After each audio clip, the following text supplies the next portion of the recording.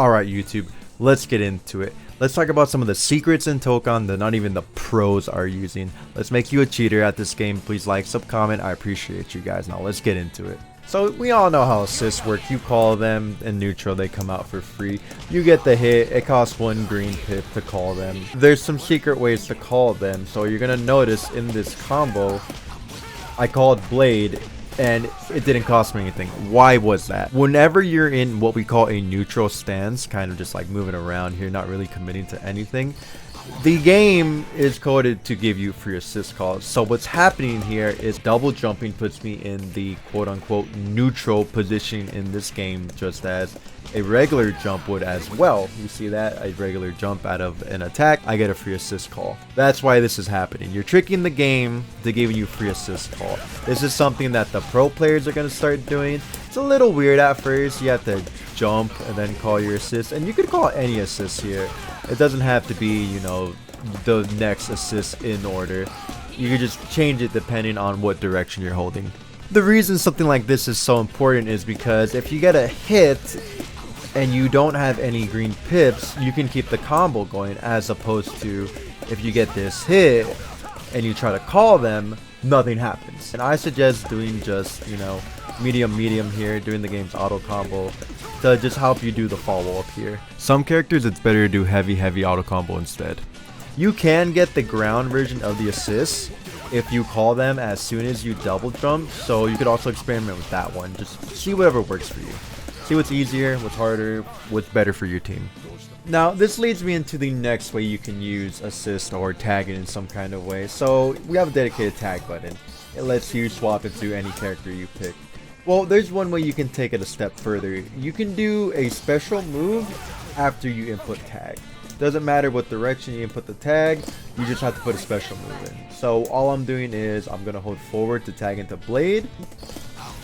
There you go.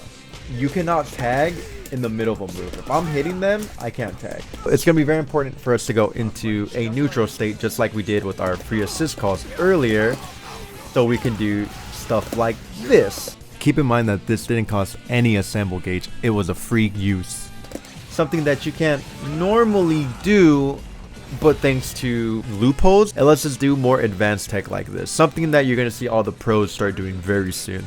Here's a more practical use of this application where I can bring in magic, get 2 portals, and still get a combo.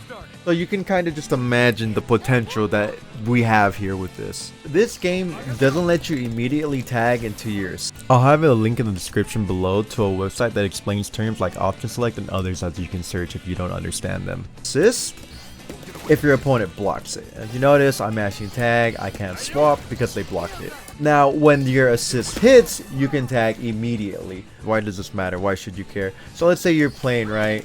And you call your assist, you could just mash them. If they hit, you swap into them, you pick up off of it. If they don't hit, no problem. You just go back to what you're doing.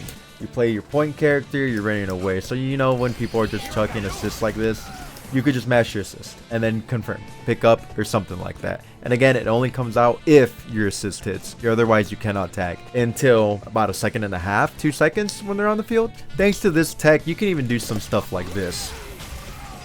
Look at that. Is that not cool? That's not hype? That's sick, right?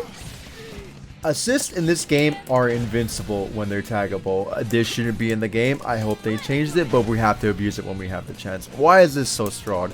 If my assist is out here and I'm back here, I can do a move and tag, and you saw that right. The screen pulled them to my opponent.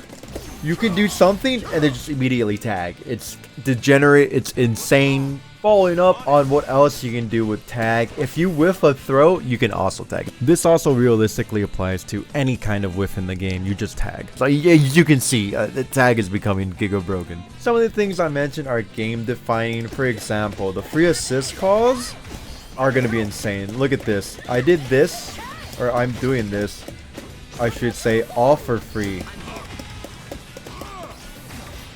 You know, obviously you can do better mix, but just showcasing that all that cost me was 1 pip to set up. So you could just imagine how insane things are gonna be when players get better at this. My opponent's only option there was to cross assault, but then they get perfect reflected and disassembled, and you just do it all again. Which leads me to my next example. If you get perfect reflected, or you perfect reflect your opponent, I should say, you can still do a special move into tag, and then you could just start all the pressure I showed you earlier.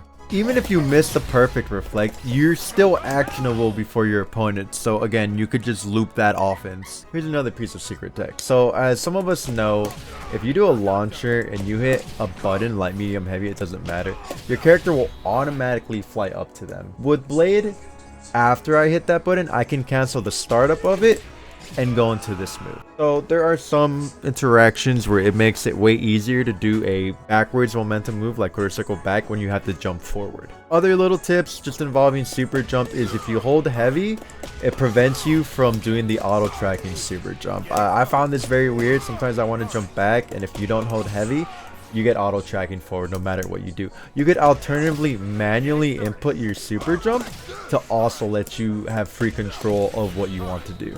Let's talk about all the ways you can build meter in this game. Of course, there's hitting your opponent and then breaking a wall. That gives you meter, right? This gives you 10. If you break a wall and you assemble a character, you actually get extra meter from this. So you're going to notice that I actually got 25 meter for getting a new character. And you also get 10,000 more health per character that you unlock. You start at a total of 80,000 and you build up to 100,000. Calling your I think it's called assemble assist builds you meter. However, this scales depending on how many characters you have unlocked. You'll notice that when I have my full team, it gives me 13 meter. Hitting your overhead gives you 15 meter by default, but the more assists you spend on it, the more meter you get. See that? It went to 71. Now I'm going to use my whole team. 81, and of course you get a combo after, which you get even more meter. Doing a successful cross assault gives you 10 meter. Doing a mistime perfect reflect gives you both 10 meter. Doing a perfect reflect gives you, again, both 10 meter. Just like the overhead version, the super dash of this game scales the meter the same. Here's another way to get meter. So when you do a super into another super, you get refunded 10 meter when it hits. Now it gets even better. You can go into another super and get 10 more meter refunded to you. So yeah, you actually only paid 130 for that realistically. Now here's the most useless way to get meter. Doing just defend. How do you just defend? You have to hit back a few frames before you get hit by your opponent. The meter build for this is not worth you risking yourself to get it. Like, look at this entire string. You built 7 more bar than I did. That's nothing. And of course, landing the game's counter gives you meter as well.